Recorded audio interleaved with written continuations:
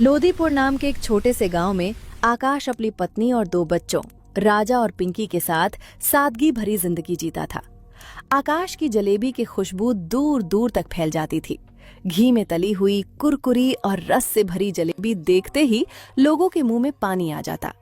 वहीं गांव की नोक पर बिरजू भी अपना जलेबी का ठेला लगाता था, लेकिन बिरजू ना तो सफाई पर ध्यान देता था और ना ही जलेबी बनाने में दिल लगाता था। बिरजू, तुमसे तो कुछ काम होता ही नहीं है।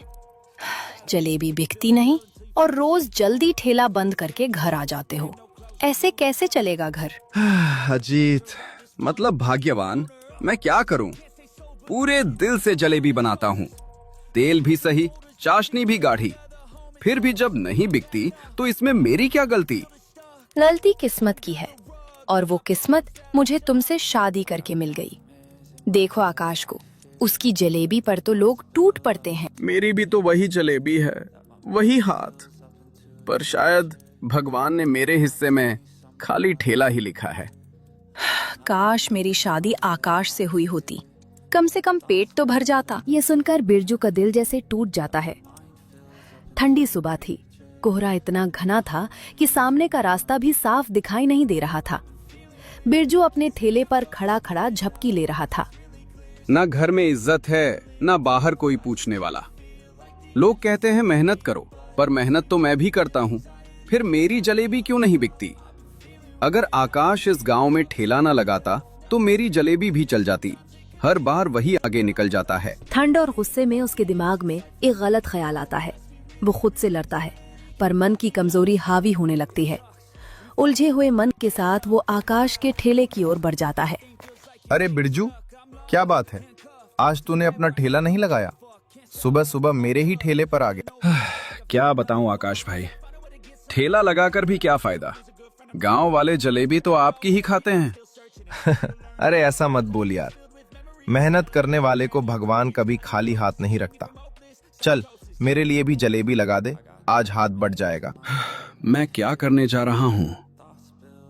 ये तो गलत है, पर मेरी हालत का जिम्मेदार भी तो यही हालात हैं। बिरजू आकाश की नजर बस्ती के साथ ही वो केमिकल जलेबिया में मिला देता है। अरे बिरजू भाई, जलेबी तो खा लो, गरम गरम है। बिरजू चौंक जाता है। नहीं नहीं आकाश भाई, बाद में खा लूंगा। मुझे कुछ काम याद आ गया, मैं चलता हूँ। वो जल्दी जल्दी वहाँ से हट जाता है। दिन ढल चुका था, ठंड बढ़ गई थी और आकाश के ठेले की आखिरी जलेबी बच गई। आज बच्चे जलेबी के लिए मचल रहे थे, ये रह गई है।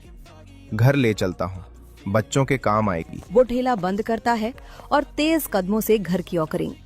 अरे गोरी, बच्चे कहाँ हैं? दिखाई नहीं दे रहे। वो बाहर खेलने गए हैं, अभी लौट आएंगे। मैं बच्चों के लिए जलेबी लाया था, पर ठंडी हो जाएगी, तुम ही खा लो। ठीक है, मुझे भी बहुत भूख लगी है, दे दो। वो जलेबी खा लेती है और थोड़ी देर बाद आराम करने के लिए लेट जाती है। गोरी इस दुनिया से चली जाती है। क्या हुआ? ऐसा मुंह क्यों बना रखा है? भाग्यवान, मुझसे बहुत बड़ी गलती हो गई। अब क्या कर दिया? काम काज तो तुमसे होता नहीं है। मैं आकाश के ठेले पर गया था, गलत नियत से।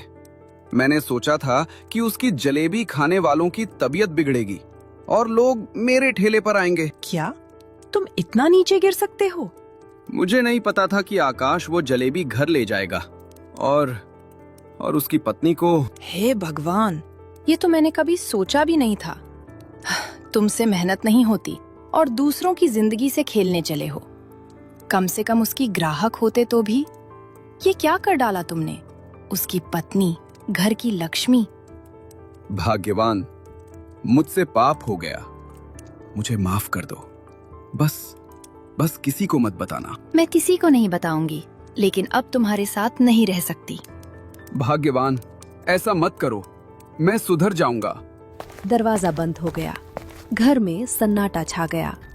बिरजू अकेला फर्श पर बैठ गया, सिर पकड़कर। आकाश की आंखें सूनी थीं, चेहरे पर ऐसा दर्द जैसे सब कुछ खत्म हो गया हो। उसने कांपते हाथों से अपनी पत्नी का अंतिम संस्कार किया। गोरी, तुम बच्चों को छोड़कर इतनी जल्दी क्यों चली गई? बच्चों, तुम चिंता मत करो, मैं तुम्हारा पापा हूं। तुम्हें कभी अकेला महसूस नहीं होने दूंगा। पिताजी, जब से मम्मी गई हैं, मेरा बिल्कुल भी दिल नहीं लगता। न खाने का मन करता है, न खेलने का। देखो बच्चों, मैं वादा करता हूं, मैं कुछ न कुछ इंतजाम जरूर करूंगा। हम कहीं बड़ा घर लेंगे, नई जगह रहेंगे, शायद वहां जाकर थोड़ा सुकून मिले। गौरी के जाने के बाद आकाश की जिंदगी जैसे एक ही मकसद पर टिक गई थी। दिन हो या रात, धूप हो या ठंड, वो अपनी जलेबी की दुकान लगातार खोलने लगा था। मैं टूट सकता हूं, लेकिन बच्चों का भविष्य नहीं टूटने दूंगा। जो सपना उनसे किया है, उसे हर हाल में पूरा करना है। तभी दूर से किसी के कदमों की आहट सुनाई दी।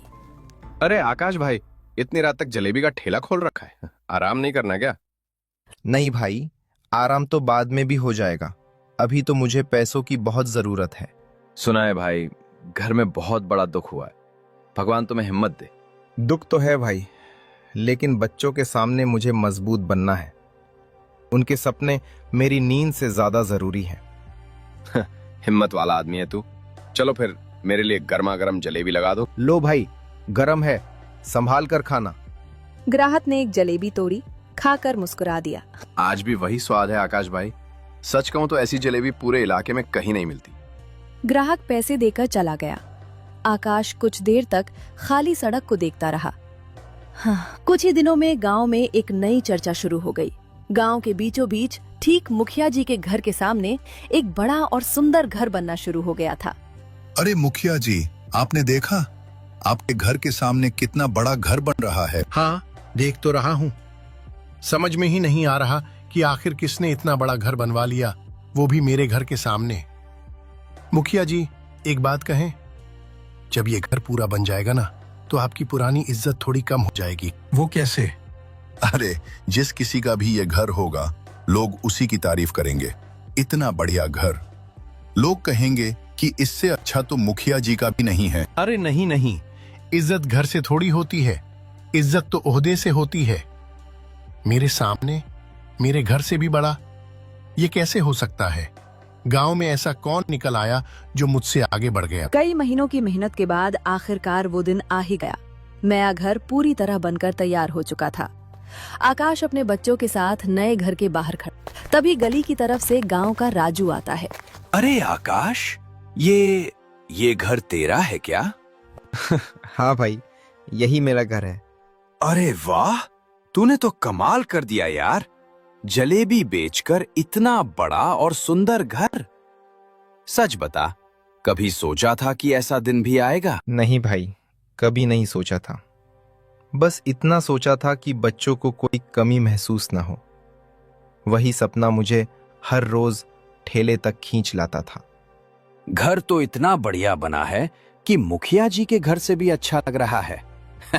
अब तो मुखिया जी तुझसे खूब जलेंगे। नहीं भाई, ये घर मैंने किसी को जलाने के लिए नहीं बनाया। मुझे किसी से होड़ नहीं करनी।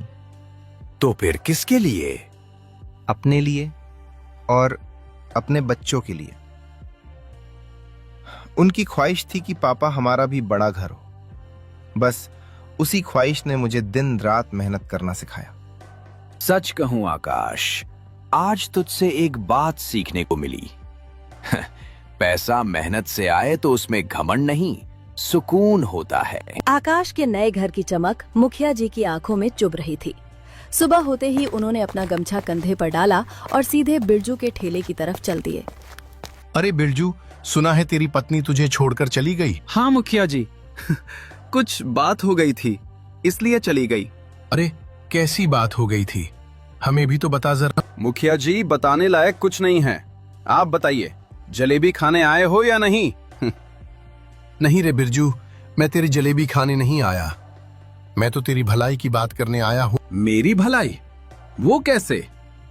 देख बिरजू, जब से तूने गांव में ठेला लगाया है, तेरा धंधा वैसे का वैसा ही है। हाँ, और आकाश को देख, दिन ब दिन आगे बढ़ता जा रहा है। देखा है ना उसका घर कितना बड़ा बना लिया है बच्चों के लिए, और तू आज भी वहीं खड़ा है, वहीं ठेला। उसका नसीब अच्छा था मुखिया जी, इसलिए बना लिया। मैं क्या कर सकता हूं? नसीब नहीं बिरजू, चालाकी और सही मौके का फायदा। आप क्या कहना चाहते हो? मैं तेरे साथ हूं बिरजू। तेरे हालात मैं समझता हूं। बदले में तुझे अच्छी कीमत मिलेगी और फिर देखना तेरा ठेला ही गांव में चलेगा। एक तरफ पैसा, इज्जत और दूसरी तरफ फिर वही गलत रास्ता। सुबह की धूप तेज होने लगी थी। आकाश का ठेला हमेशा की तरह लोगों से घिरा हुआ था। अरे बिरजू भाई, आज बड़ी जल्दी आ गए। क्या बात है, जलेबी खाने का मन कर गया क्या? हाँ हरी, मतलब आकाश, सोचा तेरी जलेबी खाता हुआ ही चलता हूँ। वैसे भी गांव में तेरी जलेबी का नाम है। सच कह रहा है बिरजू, आकाश की जलेबी खाए बिना सुबह अधूरी लगती है। बिरजू नजर बचने के साथ ही आकाश की जलेबी में कुछ केमिकल डाल देता है। बिरजू वहाँ से चला जाता है और जो दो ग्राहक खड़े होते हैं वो जलेबी खा लेते हैं। जलेबी खाते ही उनकी हालत बुरी हो जाती है। आप सब लोग ध्यान से मेरी बात सुनिए। आप सभी की तबीयत एक ही वजह से खराब हुई है। डॉक्टर साहब, क्या हमें कोई बड़ी बीमारी लग गई है? नहीं, ये कोई फैलने वाली बीमारी नहीं है, लेकिन जो आपने खाया था उसमें किसी ने जानबूझकर कुछ गलत मिला दिया था। मतलब जलेबी में? हाँ, आप सभी ने एक ही जगह से जलेबी खाई थी और उसी की वजह से आपकी हालत बिगड़ी। डॉक्टर साहब, अगर हम देर से आते तो? अगर आप समय पर अस्पताल नहीं आते तो हालात बहुत खतरनाक हो सकते थे। किसी की जान भी जा सकती थी। खबर जंगल की आग की तरह फैल जाती है। लोग इकट्ठा होकर आकाश के घर की तरफ बढ़ते हैं। आकाश को जब पता चलता है, गांव में हंगामा मचा हुआ था। पुलिस की गाड़ी आकाश को लेकर आगे बढ़ चुकी थी। बिरजू का खून खौल उठा। वो सीधे मुखिया जी के घर की ओर बढ़ गया। लाइए मुखिया जी, अब मेरे पैसे निकालिए। कौन से पैसे? वही पैसे जो आपने कहा था देने के लिए। काम पूरा हो गया है। अरे बिरजू, तू अब तक उन पैसों के बारे में सोच रहा है? वो पैसे भूल जा। भूल जाऊं? आपने वादा किया था। वादा? जब काम हो गया तो पैसे किस बात के? आपने कहा था कि बदले में मुझे मिलेगा। अब पूरा गांव अब तेरा हो जाएगा। अब तू जलेबी का ठेला लगाएगा, कोई रोकने वाला नहीं। इससे बड़ा फायदा और क्या चाहिए? फायदा? आपने एक घर उजाड़ दिया, एक बाप को बच्चों से अलग करवा दिया, और आप इसे फायदा कह रहे हैं? ज्यादा ज्ञान मत दे मुझे। जो हुआ उसमें तेरा भी हाथ है। लेकिन बात जो हुई थी वो पूरी कीजिए। मेरे पैसे मुझे दीजिए। मैं चाहे कुछ भी करूं, मुझे मेरे पैसे चाहिए। सीधे सीधे निकल जा यहाँ से। अगर नहीं गया तो अभी मन्ना को बुलाऊंगा। ऐसी पिटाई करवाऊंगा कि जिंदगी भर याद रखेगा। आप बहुत बड़ा धोखा कर रहे हैं मुखिया जी। आज नहीं तो कल इसका हिसाब जरूर होगा। बिरजू बिना कुछ कहे पलट जाता है और गुस्से में घर के बाहर निकल आता है। बिरजू आकाश के घर के बाहर खड़ा था। सामने आकाश के दोनों बच्चे चुपचाप खड़े थे। ये मैंने क्या कर दिया? इन मासूम बच्चों से उनकी माँ छिन गई और इनके बाप को भी इनसे दूर कर दिया। मेरी गरीबी ने नहीं, मेरी जलन ने ये गुनाह करवाया। लेकिन अब नहीं, अब और नहीं। इस सब के पीछे असली गुनहगार कोई और है। वो मुखिया जो गांव का भला करने का ढोंग करता है और अंदर ही अंदर गांव को बर्बाद कर रहा है। बिरजू सीधा थाने जाता है और सारी सच्चाई पुलिस को बता देता है। मुखिया जी का घर और बाहर पुलिस खड़ी होती है। बिरजू मुखिया जी के पास जाता है। मुखिया जी, आपने मेरा इस्तेमाल किया। आपने मुझसे आकाश की जलेबी में केमिकल मिलवाया। पूरे गांव की तबीयत खराब हो गई। बच्चे, बूढ़े, औरतें सब बीमार पड़ गए और अब पूरा गांव आकाश को दोषी मानकर उसे पुलिस के हवाले कर चुका है। हाँ रे, वो इसी काबिल था। देख नहीं रहा था? मेरे घर के सामने इतना बड़ा पक्का मकान बना लिया। उसकी हिम्मत कैसे हुई? गांव में मेरा नाम चलता है और वो मेरे सामने रुतबा दिखाने लगा। लेकिन मुखिया जी, उसने आपसे पैसे लेकर थोड़ी बनाया था, अपनी मेहनत से बनाया था। दिन रात मेहनत करता था, तब जाकर उसकी जलेबी मशहूर हुई थी। इसमें उसकी क्या गलती? गलती उसकी यही थी कि वो मुझसे ऊपर उठने लगा। गांव में अगर किसी का नाम होना चाहिए तो वो मेरा होना चाहिए। कोई गरीब ठेले वाला मेरे बराबर कैसे आ सकता है? इतना सुनते ही बाहर से पुलिस की जीप रुकने की आवाज आई। दरवाजा खुला और एक पुलिस वाला अंदर आया। आकाश की जलेबी में मिलावट करवाने की साजिश का सबूत मिल गया है। बिरजू ने पूरा सच बता दिया है। अब आपको हमारे साथ चलना होगा। पुलिस मुखिया जी को और बिरजू को दोनों को पकड़ कर ले जाती है। आकाश को छोड़ देती है। आकाश फिर से अपना जलेबी का ठेला लगाने लगता है और अपने बच्चों के साथ खुशी खुशी रह